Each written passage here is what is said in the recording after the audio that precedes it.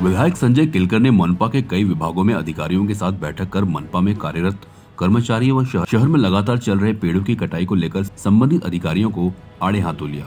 मनपा के टीडीआरएफ, स्वच्छता कर्मचारी, स्वास्थ्य कर्मचारी, सुरक्षा गार्ड सहित अन्य श्रेणियों के कर्मचारियों के मुद्दे पर बातचीत कर इसका जल्द से निवारण करने के लिए कहा।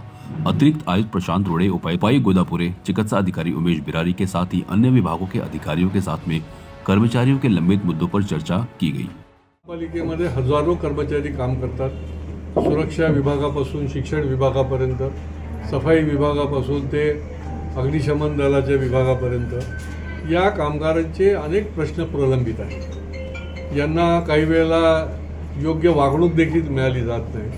आस्थापना विभागातून ज्या पद्धतीने कागद लवकर पुढे गेले पाहिजे त्याला दिरंगाई केली जाते आणि त्याच्यामुळे हा कर्मचारी जो आहे, अधिकारी जो आहे, हा अस्वस्थ आहे आणि माझ्याकडे विविध प्रकारच्या विविध माध्यमातून त्यांच्या तक्रारी येत होत्या।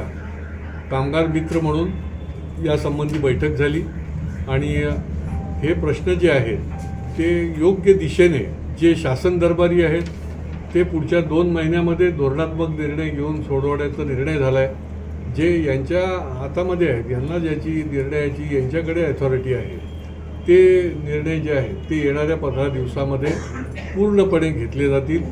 काही खूप प्रलंबित विषय होते ते देखील पुढच्या महिन्याभरामध्ये सोडवले जाणार आहेत। 10, 20 आणि 30चे आश्वासित प्रगती योजनेखाली 7व्या वेतन आयोगाच्या ज्या कर्मचाऱ्यांना लाभ मिळाला पाहिजे होता, तर 10, 20 आणि 30 याच्यामध्ये जवळजवळ 6,500-7 हजार कर्मचारी आहेत। तर त्याचा निर्णय जो आहे तो अत्यंत महत्त्वाचा निर्णय झाला आहे आणि तो येत्या 2 महिन्यामध्ये सर्व ही जी आश्वासित योजना आहे ती पूर्णपणे अंमलबजावणी केली जाणार आहे।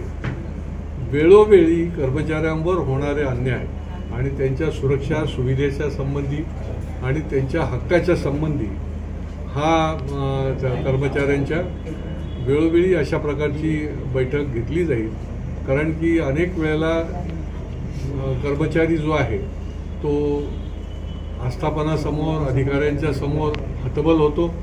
काही वेळेला त्याला अनेक विषय त्याचे जे अन्यायाचे आहेत ते मांडण्यासाठी देखील त्याला भीती वाटते, त्याला नोकरी जाईल की काय वाटतं आणि त्याच्यामुळे आम्ही त्यांना आता अत्यंत निर्भय केलेलं आहे आणि त्यांना आम्ही पूर्णपणे सांगितलेलं आहे की जर पुढे अन्याय होत असेल, तुम्ही कामात कुचराई करू नका।